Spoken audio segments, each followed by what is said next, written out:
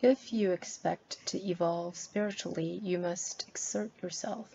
If you expect miracle to strike simply because you willed it, it's not likely to happen.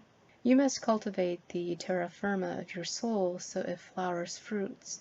You must cleanse the vessel that carries the messages of wisdom, courage, and compassion. You must polish the instrument that ignites and channels the transcendental. According to the Shurangama Sutra, a Mahayana Buddhist text that is revered for its teachings on meditation and a long and powerful Buddhist mantra, here are 4 ways to dig deep into the soil of your soul, to bathe your messenger, and to make your physical instrument for practice shine. Avoid animal products and foods that require hurting and killing living, feeling creatures.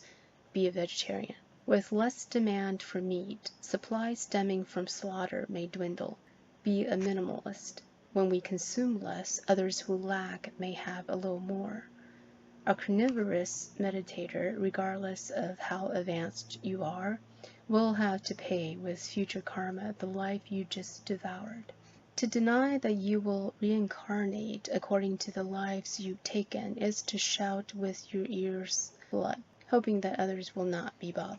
Addressing monastics and enlightening beings exclusively, the Buddha elaborates that those who attempt compassion do not even walk on grass, to avoid killing small insects, wear silk, leather, or fur. Why would you try to satisfy your hunger by ingesting the flesh and blood of those who are also children and parents to their clan?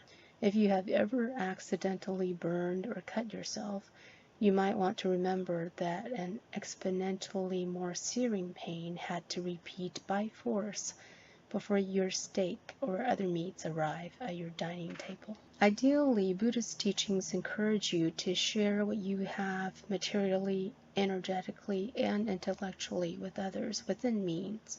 You do so with equanimity because ridicule and insults could be returned rather than rewards. A generous meditator would avoid taking what does not rightfully belong. Doing so would mean all merits from your practice go down the drain. A futile attempt, such as trying to fill a sieve to the brim with water. Contrary to my expectations, the Buddha addresses everyone, not just monastics, about renouncing or reducing physical and mental sexual fancies. He equates the progress that a meditator with libido makes to the outcome of a cook boiling sand in the hopes of sautéing up something edible. Even for you who are in a committed monogamous relationship, try celibacy and unsexed stimulation for a time. Sex sells, sexual objects abound. Watch what you insert into your sensory perceptions, mind, and body. Notice any effect on you, your partner, and your relationship throughout the process. Interestingly, the most egregious lie, according to the Buddha, is the claim that you are an enlightened sage. If you deceive in the hopes of acquiring adulation, respect, or gifts, you are constructing a major falsification. If you really are an enlightened being who appear as an ordinary individual or even a marginalized person, as enlightened beings do, you would keep this truth to yourself. This is serious stuff. The Shurangama Sutra draws some graphic metaphors too. Ready? Were you to concoct and reveal your holiness, you would be comparable to a carving made of manure emitting only a rancid stench. Your goodness would be sliced off the way an axe resolutely ends the life of a fallen tree. You would be an unqualified impostor of a country's admired leader, deceiving and stealing the identity of someone in a top post. You would be likened to a deluded savage who tries to swallow yourself up, probably by starting to chew up yourself one toe at a time. Many sages throughout history and continents have taken on these lifestyle commitments to benefit their spiritual development, creatures large and small, and the planet. In a world where more is better, choosing to minimize or renounce certain materials and behaviors is refreshing and surprisingly good for you and those around you. These purifications have a way to make you stand straighter and taller physically, psychologically, and spiritually, areas that are very much interconnected. They are powerful practices that mandate daily, if not momentary, exercises of your conviction, discipline, and awareness. They are visible and measurable, not merely self-proclamations of enlightenment or lofty words about philosophical theorizations.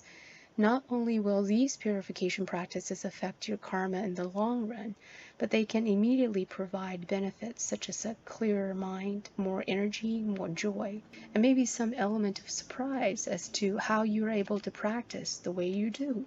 Pick one or more of these purifications and try it out for a day, a week, a month, a year, or more. Notice the difference before and after. An oral commitment to one or more persons or a written commitment to yourself or others will strengthen your dedication to sticking to your choices. Reach for the core. Go to the heart of the matter. By committing to these 4 ways to purify, you are keeping to the essentials of the practice, hence avoiding the many possibly petty but thorny problems that typically develop during intensive spiritual development. But what if you're in living situations that make it difficult for you to do some of these things? What if your loved ones object to your trying some of these things? What if you just can't seem to get out of the habit of doing certain things?